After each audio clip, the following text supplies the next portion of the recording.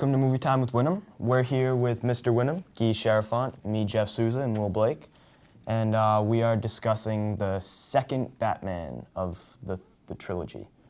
We're doing the entire trilogy. Yes. The third one comes out, I believe, in the first week of December. Mm-hmm. Okay. So we're getting these two under our belts, and then I think the third one's going to be The Fight, right? Yep. All right. I'll just jump into it. All right. Well, this is The Dark Knight, and to start us off, we get introduced to the Joker and his goon squad, pretty much, and they rob the bank. Respect. Look at you. What do you believe in, huh? What do you believe in? I believe whatever doesn't kill you simply makes you stranger.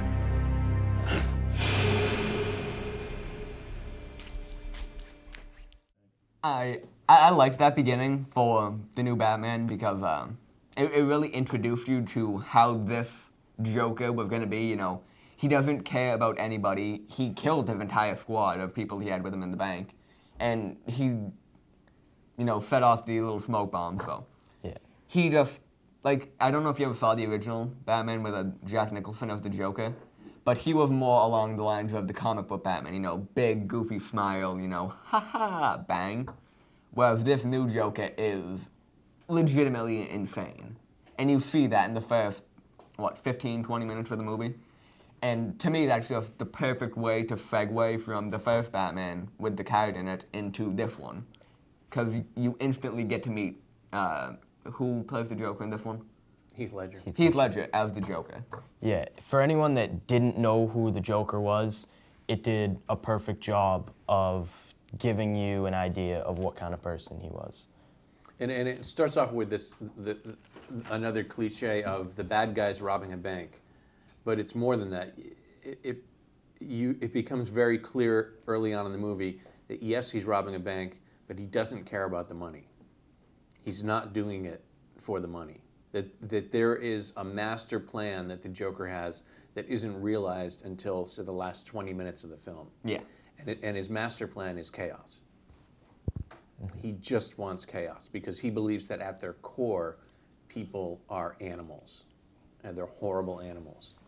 And that's his argument with Batman. Batman believes in Gotham. He believes in the people of Gotham. He believes in keeping the city upright and on the right path. And the Joker believes that it's all a house of cards. And if you just pull out one card, the whole thing is going to come down. After they rob the bank, Harvey Dent is appointed district attorney of Gotham, and the people honestly believe he is their hero and that the Batman is no longer needed. So, Mr. Wendell, what do you think of this? First of all, I love this movie. It's one of my all-time favorite superhero movies. Maybe my favorite, though The Avengers I thought was pretty good too.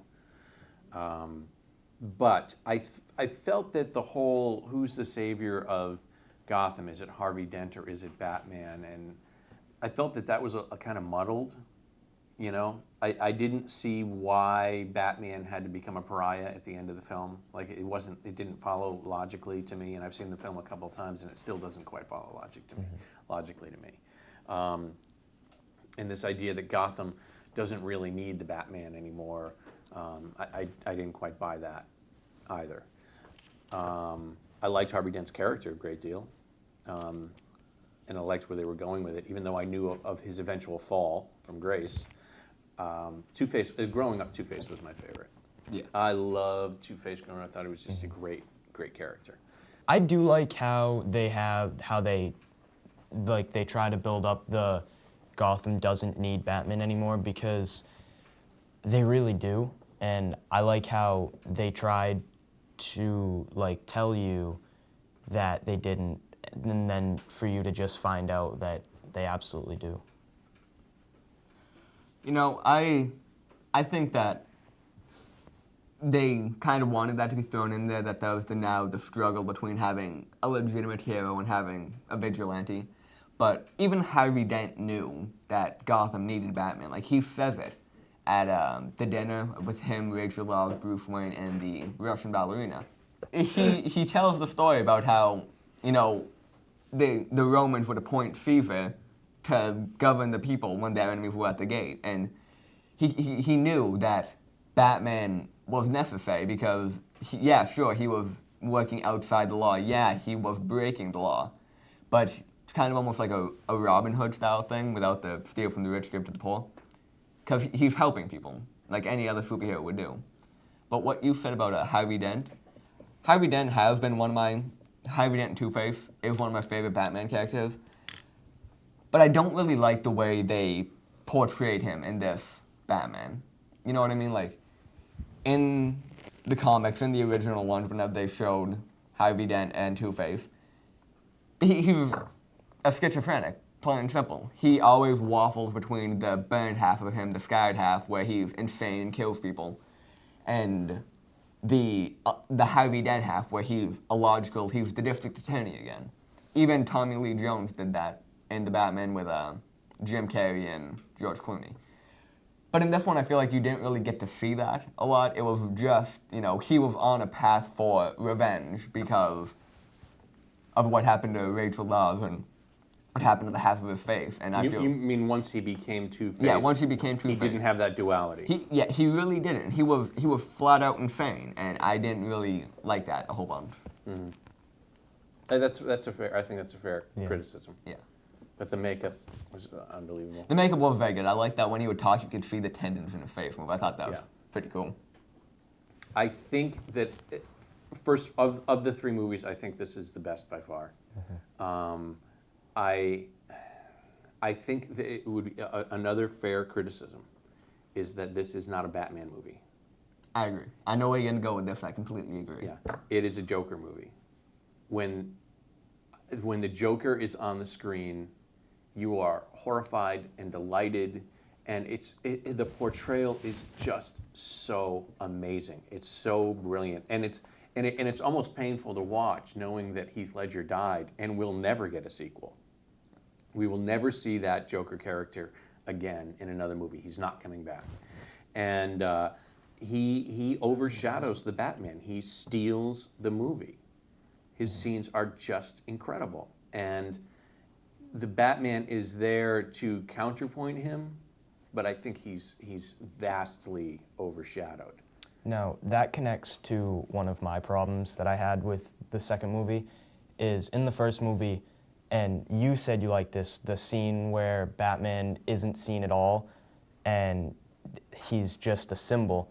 I really liked that in the first movie, and I don't think that they really showed that in the second movie. I think it was just apparent that Batman was Batman and he was going to kill people or beat up people or whatever he does. And I just think that they could have done so much better with Batman's character in the second movie. I think they focused way too much on the Joker. Although I did like the Joker, I think his acting was awesome, but I think they focused too much on him instead of Batman. Yeah, and Batman was chasing him as opposed to, he was always 2 steps behind the Joker. Yeah. And it was disappointing. It was disappointing. And in the end of the movie, somewhat of a spoiler alert, it was more that the people of Gotham were the heroes as opposed to Batman being the hero, I felt. Because with the 2 ships, yeah, and them each being able to blow each other up, which I thought was a great ending. And the thing that I loved about the ending, and when we watched it in school, I paused it and asked you guys. I said, "So what would you do? Would you hit the button or would you not hit the button?" And that's what that movie does. It forces you to say, "What would you do in that situation?" Each of you has a remote. Blow up the other boat. Force is on the ferry, but it's not the source. West.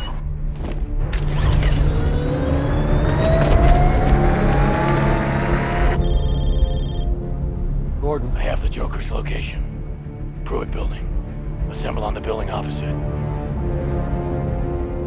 At midnight, I blow you all up. If, however, one of you presses the button, I'll let that boat live. So, who's it gonna be? Harvey Dent's most wanted scumbag collection, or the sweet and innocent civilians? You choose. Oh, and you might want to decide quickly, because the people on the other boat may not be quite so noble. And gives you a lot to think about. And it's not just, there's a bomb gonna go off, you know, like the first and the third movie do to you. This one actually gives you a moral intellectual dilemma to chew on. Yeah, that was kind of like the whole point of, that was the point of the movie. You know, Joker wanted to prove. Basically what I think the Joker was trying to do was, he was doing a study of human nature. It's like he was writing a paper for college. All the way through, of good guys and bad guys. Yeah, because he thinks that in certain situations, you know, extenuating circumstances, the good guy will do bad things to do what's right. Like when the Joker is getting beaten up in the interrogation room by Batman, he says flat out, you know, you have rules, that's why you're never gonna beat me. Batman goes, I only have one rule. And then Joker says, well, that's the one rule you're gonna have to break to know the truth. That people are, you know, animals. Yeah, doesn't he have that great line where the Batman is beating on him, and he says, for all your strength, you have nothing. You have nothing. You're helpless. You know, which is a startling thing to say. You know, we watch these movies because we want to see Batman, you know, kick the bad guy's butt. And what ends up happening is, no matter how hard he throws his punch, he is helpless to solve this situation that the Joker has created. The Joker's insane mind trumps the Batman again and again and again in this movie. And it's only stopped when the people of Gotham turn out to be better than the Joker thought they were going to be. Not when Batman beats him, but when the people of Gotham turn out to be better people than what the Joker thought they would be. And like, at the very end when Batman throws him off a building, Batman catches him because, you know, that goes against what the Joker thought too, you know. People are capable of great evil like he is, or, you know, amazing feats of kindness. Morgan Freeman has one of my favorite lines in this movie, and that's when the guy comes up with the Batmobile specs and all that, and he tries to blackmail Bruce Wayne into giving him, you know, like $10 million a year and a pension and all that. Let me get this straight. You think that your client, one of the wealthiest, most powerful men in the world, is secretly a vigilante who spends his nights beating criminals to a pulp with his bare hands? And your plan is to blackmail this person?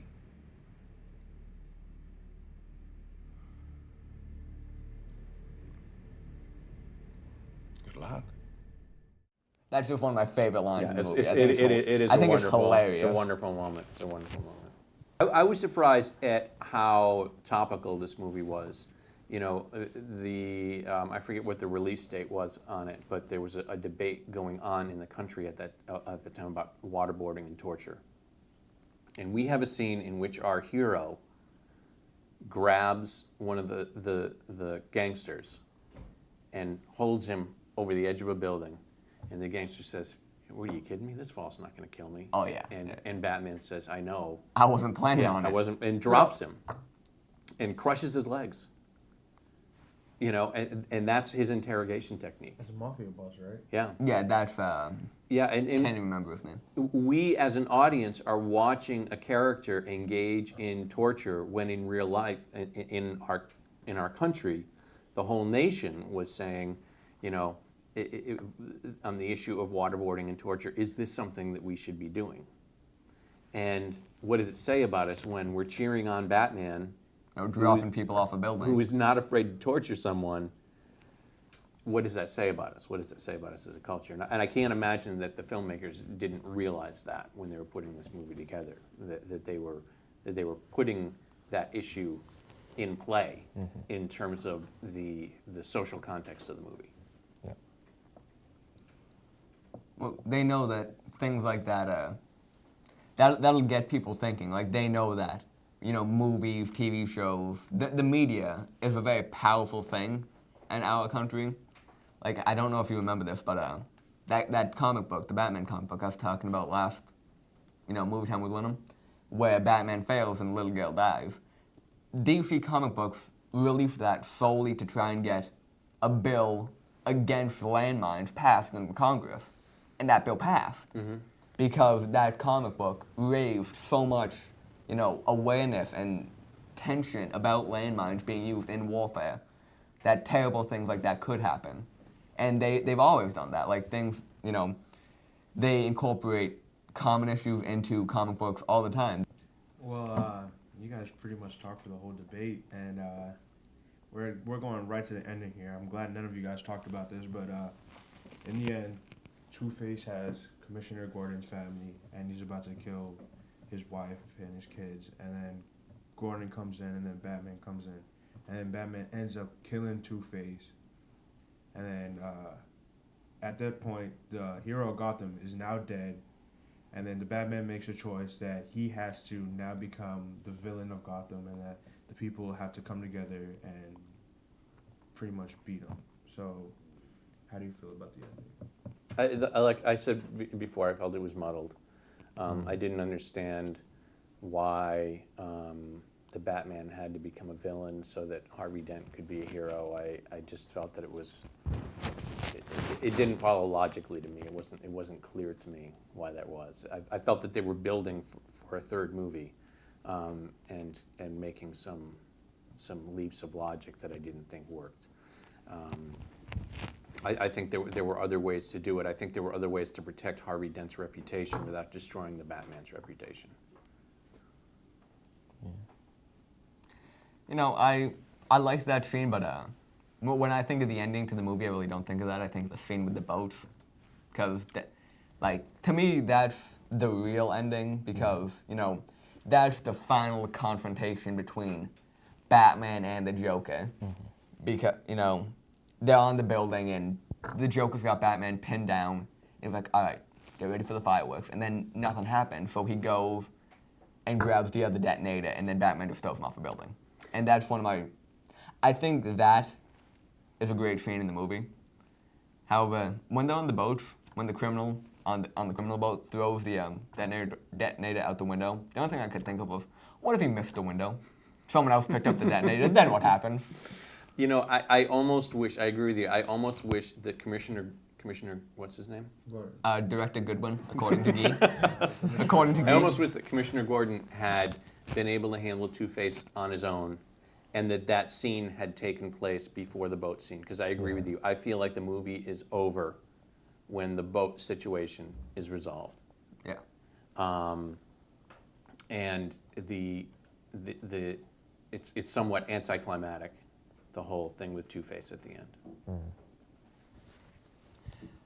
One of the things I really enjoy about this movie, this is kind of backtracking, but it goes on throughout the whole movie, is when the Joker goes, how I got these scars?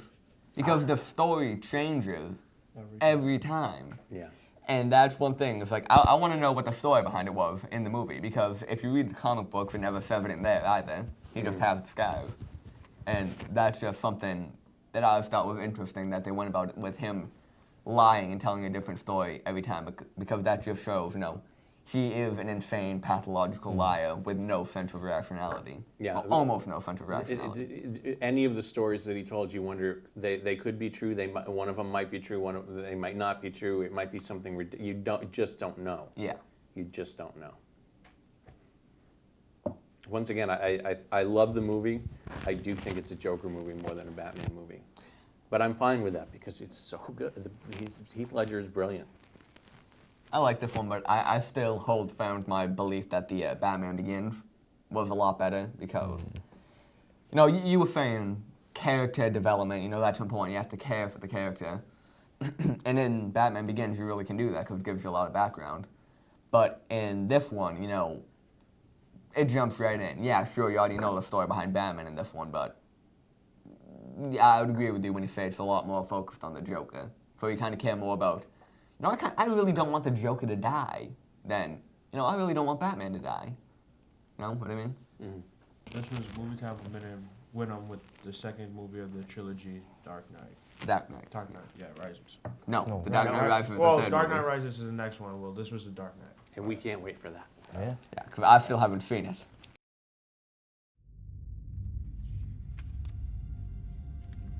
Dear Bruce,